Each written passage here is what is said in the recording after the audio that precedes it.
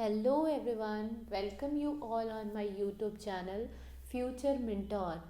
In this video we are going to discuss about MCQs on CCE.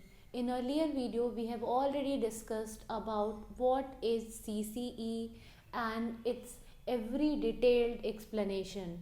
So in this video we are going to discuss about MCQs based on CCE. CCE पे based जो MCQs पूछे जाते हैं various teaching exam में, like CTET में, KVS में, DSSSB में, हर जगह ये टॉपिक बहुत ही ज़्यादा इम्पॉर्टेंट है। और वैसे भी अगर आप टीचर बनने जा रहे हैं तो आपको इस टॉपिक को समझना चाहिए, पढ़ना चाहिए, एंड प्लस ये बीएड के एग्ज़ाम के लिए भी उतना ही यूज़फुल है। तो आइए हम इसके MCQs को करते हैं।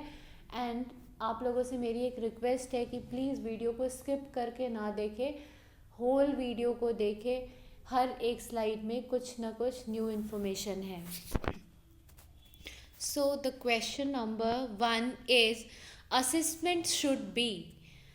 असेसमेंट कैसा होना चाहिए? Should be undertaken as a separate activity, should be a part of teaching learning process, should be done only in terms of marks और should be based on objective types. तो इसका जो बेस्ट आंसर है that is it should be a part of teaching learning process. जो आपका assessment है वो part होना चाहिए टीचिंग लर्निंग प्रोसेस का। Now the next question is while selecting material for the portfolio of a student dash of dash should be there। अगर आप किसी स्टूडेंट की पोर्टफोलियो प्रिपेयर करते हैं तो आपके पास क्या क्या होना चाहिए? Exclusion students, inclusion other teachers, inclusion students and inclusion parents. तो हम स्टूडेंट का प्रिपेयर करने जा रहे हैं तो ये क्या होगा? Inclusion of student, inclusion of students should be there. Now coming to the next question, the most appropriate logical predict for the continuous and comprehensive evaluation should be processing more than one aspects of learning, maximizing the assessment opportunity, promoting the historic nature of human personality, and the last one is increasing the burden of teacher। तो यहाँ किसकी बात की जाती है? ये हमारे more than one aspect of learning को प्रोसेस करता है। यहाँ पे बेसिकली आपके स्कोलेस्टिक प्लस को स्कोलेस्टिक दोनों पे ही फोकस किया जाता है। यहाँ बच्चों का ओवरऑल डेवलपमेंट देखा जाता है, ठीक है। सिर्फ एक एरिया नहीं कि आपका सिर्फ एकेडमिक परफॉर्मेंस मेज़र किया जाएगा। एकेडमिक के साथ जितने भी नॉन एकेडमिक एक्टिविटीज़ है, को करिकुलर एक्टिविटीज़ है, उन सबको यहाँ असेस किया जाता है और उसके बेसिस पे आपका रिजल्ट प्रिपेयर किया जाता है। Now moving to the question number 4, assessment for learning takes into account the following except। अब क्या आ गया assessment for learning? assessment for learning को हम क्या कहते हैं? What is assessment for learning? It's a formative assessment। ठीक है, ये कुछ टर्म्स से ऑलरेडी बता चुकी हूँ प्रीवियस वीडियो में कि बहुत ही ज़्यादा इम्पॉर्टेंट है for any teaching based examination. जितने भी टीचिंग बेस्ड एग्जामिनेशन है, जो कॉम्पिटिटिव एग्जामिनेशंस जो होते हैं जिसमें MCQs आते हैं, उसके लिए बहुत ही ज़्यादा इम्पॉर्टेंट टर्म है। तो आपसे पूछा जा रहा है कि assessment for learning takes into account the following except. किसको, मतलब इनमें से किन टर्म्स को लेता है एक्सेप्ट, इसको छोड़कर। तो एक्सेप्ट आ गया है, ये अपने आप में इसको आपको ध्यान रखना है, ठीक है। क्या है? लर्निंग स्टाइल ऑफ स्टूडेंट, तो yes, strength of a student, need of a student and mistakes of student. तो एक्सेप्शन क्या है? Mistake of student. यहाँ पे मिस्टेक ऑफ स्टूडेंट को ध्यान में नहीं रखा जाता है। इसमें आपने पढ़ा है पहले भी NCF वगैरह में भी कि जो बच्चों की मिस्टेक्स होती है उसको कुछ हद तक पहले इग्नोर किया जाता है। School based assessment is primarily based on principle dash. जो हमारा स्कूल बेस्ड असेसमेंट है, ठीक है, SBE, वो किस पे बेस्ड होता है, किस प्रिंसिपल पे बेस्ड है? First one is teachers know their learners capability in better than external examiners. Student at all cost get high grade. School are more efficient than external bodies of examination.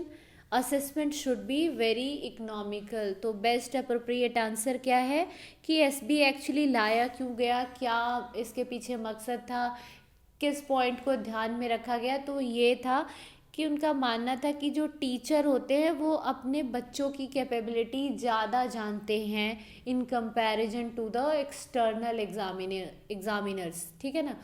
External examiners के comparatively school के ही teacher को अपने बच्चों के बारे में ज़्यादा इन्फॉर्मेशन होती है, उनकी कैपेबिलिटी की ज़्यादा नॉलेज होती है, इसलिए एसबीए जो है वो बेस्ट है।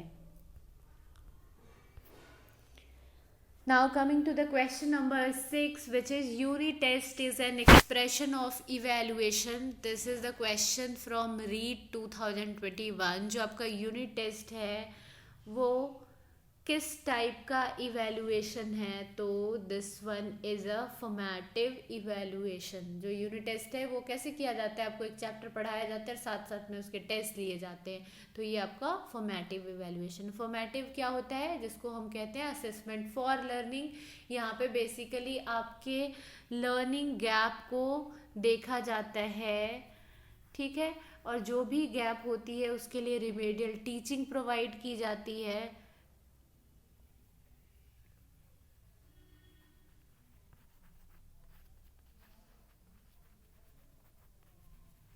ठीक है। Now coming to the next question, the ideas of CCE is based on. CCE का जो आइडिया है वो किस पे बेस्ड है, school based assessment, contextual assessment, external assessment या फिर एक्सपर्ट असेसमेंट। तो जो अभी अभी हमने देखा कि सीसीई जो है वो स्कूल बेस्ड असेसमेंट पे बेस्ड है। यहाँ क्या बताया जाता है कि जो स्कूल के जो टीचर है वो अपने बच्चों की कैपेबिलिटी को ज़्यादा बेटर वे में जानते हैं in comparison to the external examiners. Now coming to the question number 8, which is if a teacher asks a question while narrating a story, which type of assessment is this?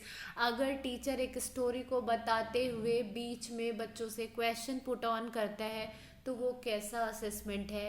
अभी अभी हमने discuss करा कि अगर बीच में question पूछा जाए, आपके लर्निंग गैप को देखा जाए, तो उस टाइप के असेसमेंट को हम क्या कहते हैं, ठीक है। First option is formative, second one is summative, third one is diagnostic and the fourth one is none of these. तो इसका आंसर जो सही है वो क्या है, फॉर्मेटिव असेसमेंट। जब बीच में क्वेश्चन पूछा जाए किसी चैप्टर को पढ़ाते हुए, किसी स्टोरी को पढ़ाते हुए, बीच बीच में जो क्वेश्चन पुट ऑन किया जाता है या फिर किसी कॉन्सेप्ट्स को बताते हुए जो आपसे क्वेश्चन बीच में पुट ऑन किए जाते हैं, वो बेसिकली ये देखने के लिए किया जाता है कि आपको किस हद तक वो जो कॉन्सेप्ट है वो समझ आया। और इस टाइप के असेसमेंट को हम असेसमेंट फॉर लर्निंग कहते हैं या फिर असेसमेंट, क्या बोलोगे, formative assessment. Which type of assessment is a result oriented. कैसा असेसमेंट है जिससे आपको रिजल्ट मिलता है, ठीक है, या आपको रिजल्ट मिले या फिर आपको ग्रेड मिले या फिर आपको पोजीशन मिले, उस टाइप के असेसमेंट को हम क्या बोलते हैं, समेटिव असेसमेंट। जो रिजल्ट ओरिएंटेड होता है, जो बीच में नहीं किया जाता है, लास्ट में at the end of the year, at the end of the semester किया जाता है, जिसका मेन पर्पस होता है रिजल्ट को देना, पोजीशन प्रोवाइड करना, फर्स्ट सेकेंड थर्ड, ग्रेड देना, ये सब क्या आ जाएगा आपका, समेटिव असेसमेंट। तो इसका करेक्ट आंसर क्या होगा, summative assessment, option number B. Now coming to the next question, formative assessment is known as a. ये डायरेक्टली 2019 के सीटेट में पूछा गया क्वेश्चन है और कई बार सीटेट में आ चुका है। एज इट इज़ ये लाइन आती है कि फॉर्मेटिव असेसमेंट को हम क्या बोलते हैं, assessment for learning, assessment as learning, assessment of learning या फिर असेसमेंट इन लर्निंग। तो करेक्ट आंसर क्या है, असेसमेंट फॉर लर्निंग। इसी को हम क्या बोलते हैं, formative assessment. Summative assessment is known as assessment of learning, assessment for learning, assessment as learning and assessment in learning. तो इसका करेक्ट आंसर क्या है? Assessment of learning, option number A. Already हम प्रीवियस वीडियो में discuss कर चुके हैं कि फॉर्मेटिव असेसमेंट को हम असेसमेंट फॉर लर्निंग कहते हैं और समेटिव को हम, फॉर्मेटिव को क्या बोलते हैं? फॉर लर्निंग, और समेटिव को हम बोलते हैं ऑफ लर्निंग। एस जो है आपका वो क्या है? ऑफ लर्निंग, ठीक ना। एक तो ये हमने पढ़ा था। दूसरा, ये जो होता है ये एक्चुअली में क्वालिटी को देता है। जो फॉर्मेटिव असेसमेंट है वो बच्चों की क्वालिटी को इंडिकेट करता है, कैसी एजुकेशन आपने दी उसको बताया जाता है। ये बीच बीच में किया जाता है और बेसिकली लर्निंग गैप को जानने के लिए किया जाता है। ये जो होता है आपका रिजल्ट ओरिएंटेड होता है। यहाँ पे ग्रेड्स दिए जाते हैं। यहाँ और क्या किया जाता है? बच्चों को समेटिव में बेसिकली बच्चों को पोजीशन प्रोवाइड की जाती है, ग्रेड्स दिए जाते हैं, यहाँ पे मार्क्स प्रोवाइड किए जाते हैं और ये एट द एंड में कंडक्ट होता है। कब कंडक्ट होता है? At the end of the semester और ईयर, और इसको हम बोलते क्या है? This one is assessment of learning, ठीक है। Now next question, What is the weightage of summative assessment according to? Summative assessment का weightage क्या है CCE के अकॉर्डिंग? तो ये जो weightage है वो 30 है, 20 है, 10 है या फिर 5 है। तो करेक्ट आंसर इज 30%। मैं आपको बता चुकी हूँ कि हम पूरे 1 ईयर के अंदर, एक एकेडमिक ईयर के अंदर 4 FA होते हैं, 4 FA एंड 2 SA होते हैं। हर एक FA का वेटेज जो होता है वो 10% का होता है और ऐसे 4 FA होते हैं, इसलिए इसका वेटेज हो गया 40%। और SA का वेटेज जो होता है वो 30% होता है। तो एक ईयर में 2 SA होते हैं तो इसका वेटेज क्या हो गया? 60%। ये दोनों ऐड होकर हो जाते हैं 100%। रिजल्ट आपका ऐसे बनता है, ठीक है।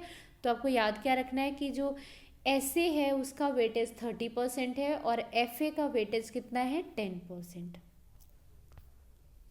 Providing grades to a student, it comes under which type of assessment? Student को ग्रेड प्रोवाइड करना, अभी अभी हमने डिस्कस करा ग्रेड कहाँ हम प्रोवाइड करते हैं? समेटिव असेसमेंट में। तो options are formative assessment, summative assessment, diagnostic and descriptive. So the option number B is the correct one. So these all are the few questions from CCE and these are very very important for the examination point of view. तो मैं अब समझती हूँ कि आप सभी इस questions को ध्यान से देखेंगे और अगर आपको कुछ भी इंफॉर्मेशन इम्पॉर्टेंट लग रही है तो प्लीज़ उसे नोट कर ले और अपनी प्रिपरेशन को और भी ज़्यादा बूस्टअप करें, क्योंकि ये जो आपका सीटेट है ये सिर्फ मतलब आपके लिए एक तरीके से कह सकते हो गोल्डन अपॉर्चुनिटी है, सीरियसली, बिकॉज आप सीटेट भी करोगे और साथ में तुरंत KVS की वैकेंसी आने वाली है। तो अगर आपने सीटेट क्लियर कर लिया तो आप उसके लिए भी एलिजिबल हो पाओगे। So thanks for watching this video.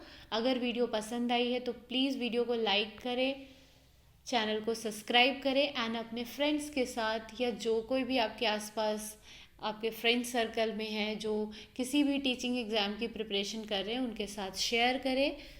Thanks for watching this. Thank you all.